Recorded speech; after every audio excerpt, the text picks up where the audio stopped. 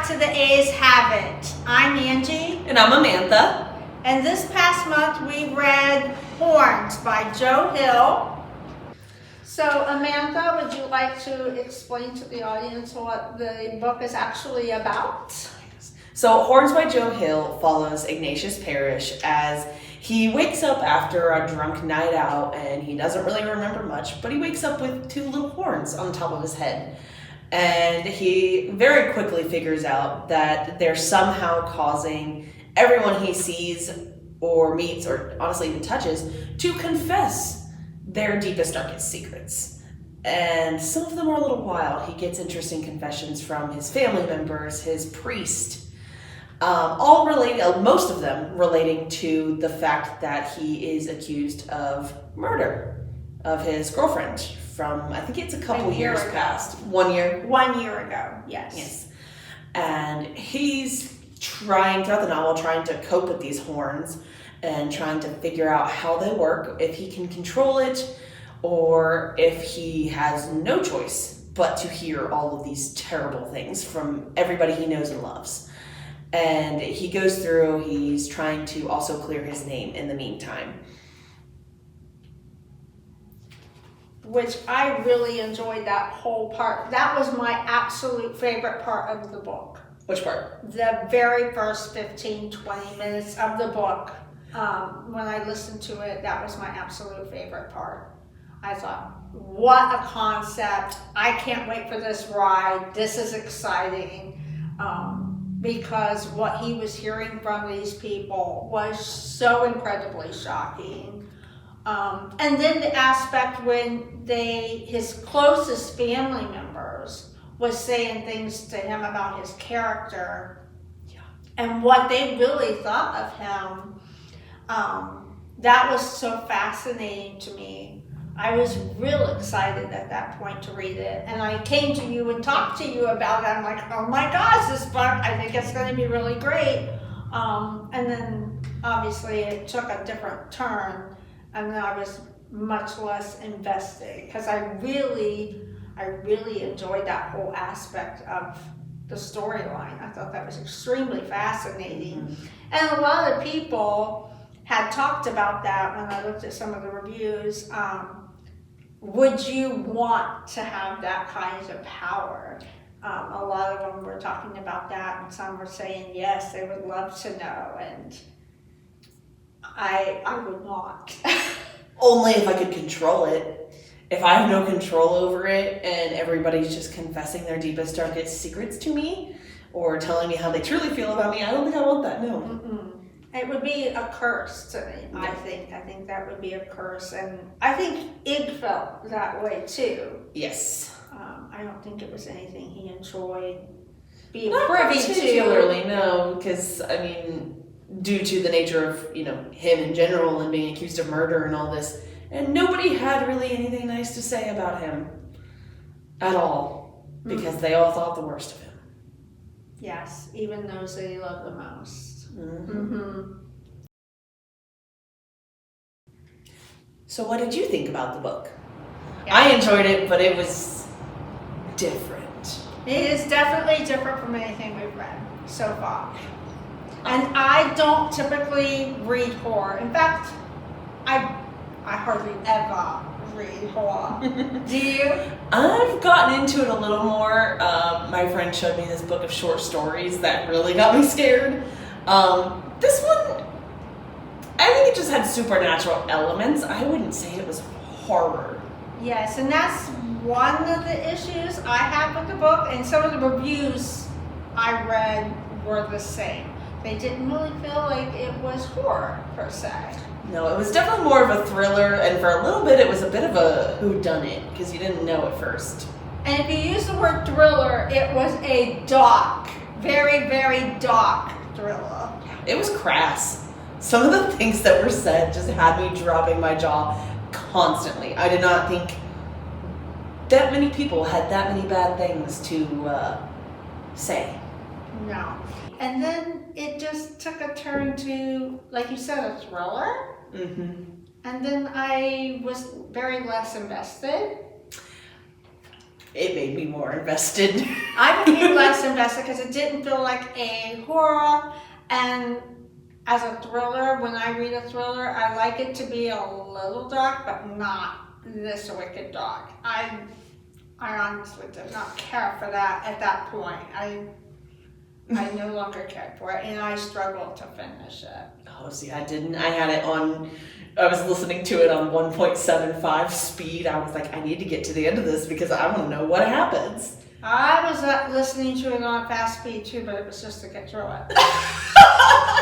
I couldn't wait to get to the end of it. I was like, what is going to happen? I wasn't sure like if he was going to find a way to get rid of the horns and like go back to being normal and get justice for what was done. And I guess in a way he did get a little bit of justice. A little messed up, but... Now, some of the reviews, they were disappointed. They didn't feel like they learned enough about how he got the horns in the first place. There was really no answer, they felt, to that question. Not really, no. There were a couple if you kind of looked into it.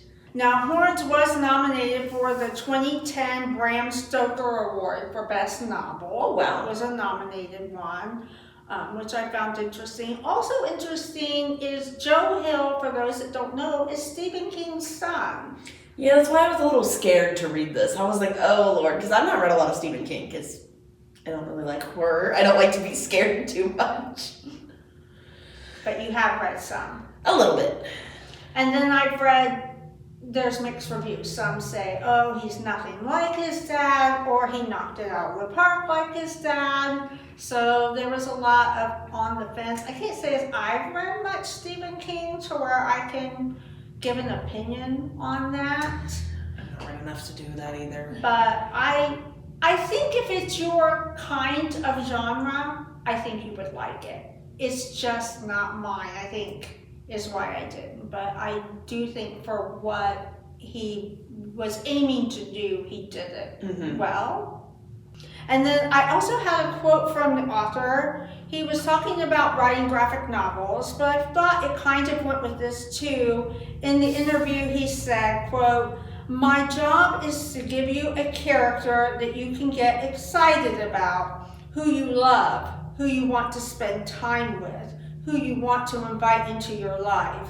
And then I've got to get him out on the ledge and keep him there." So, and he says for 5 or 6 issues because he was talking about his graphic novels, but I felt like that was his intentions with this book too, to create that type of character and get him out there in a dangerous situation where we watch and see how he's going to get out of this situation. Yeah. As he didn't really get out of it. He didn't. So, do you like the ending, or do you... Mixed reviews on the ending. I was a little annoyed that we didn't get a part where he learned how to get rid of the horns or further control the power. But it was a little symbolic, and I kind of appreciated that. Mm-hmm. But, yeah, mixed reviews on the ending there. How'd you feel about it? I did not care. You didn't like the book in general. I didn't care for it. No. I wasn't satisfied with the ending, and I was hoping that would kind of redeem itself to me. But still, I don't know, some unanswered questions with it, and no, it wasn't enough for me to redeem the book for me. So I wasn't happy with it. Yeah, I can see that though, how it wasn't just, it was not enough for like any kind of redemption of the book. It left you still with more questions, I think. Which a horror book can do that and do it well to where it leaves you hanging and I want a part 2. Yeah. But there was still enough of explanation that I felt like even if it stopped, it was okay, or there was enough information for me to create my own ending. I don't know, this one just didn't feel like it did either of those things for me. So I wasn't happy with that ending either. So spoiler alerts? Yeah, well let's do our thumbs up or thumbs down first. You want to do thumbs up or thumbs down? How'd you what do you give it? Thumbs down. Thumbs up. And thumbs up. But the A's have it this month. Okay. You now want to move into spoilers? Yes, ma'am. Spoiler alert section. Lee was the killer. I'm gonna say Lee. Lee was so dark. Oh my goodness, he was so incredibly dark. And, there's sections where he described this character and his thoughts and desires really made me uncomfortable. And not in a good way, in an ick way. And I didn't enjoy it. I think those parts right there are where the horror comes in, because his mind is such a terrifying place. I did, but I didn't. But I did not enjoy those sections kind of simultaneously, because they made me feel icky. He thought about a lot of gross things, but it was kind of the only part that really fit the genre, because... Right, and I read an article or watched an interview with Joe Hill, I can't remember which one, but he gets asked about the book, whether or not it really is a horror book.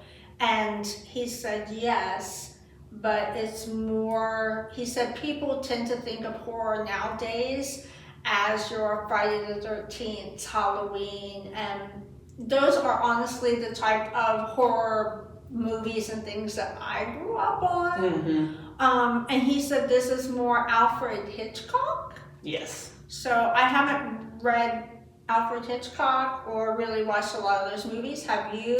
Where you would have an opinion, to where you would agree with that or not? I have not, no. The only thing I can think of is that it's more like subtle horror, but again, I've not really read or watched much. Yeah. So I couldn't really agree or disagree, but... I haven't either. So those of you out there who have read or watched Alfred Hitchcock, if you agree with that or disagree with that comment, let us know. I'd be interested to hear what others think about that. And interested to hear what you all think about this one. The book in general, yes. I liked it. I thought it was a pretty good book, but there were some issues and some parts where I was like, ew. But overall, it was a pretty good book. So stay tuned until the next one. And in the meantime, happy Halloween. Happy Halloween. So next month, we will be reading a book by an author that I absolutely love. I am a huge fan of Amy Harmon. If you haven't read her before, she is a great author. She writes multiple different genres, but we're going to read one of her fantasy books, which is a genre I don't typically read, but I'm going to read this one. It's called The Bird and the Sword. The Bird and the Sword by Amy Harmon. So if you want to read with us again next month, pick a copy of this up, and again, we will have copies available for you at the circulation desk.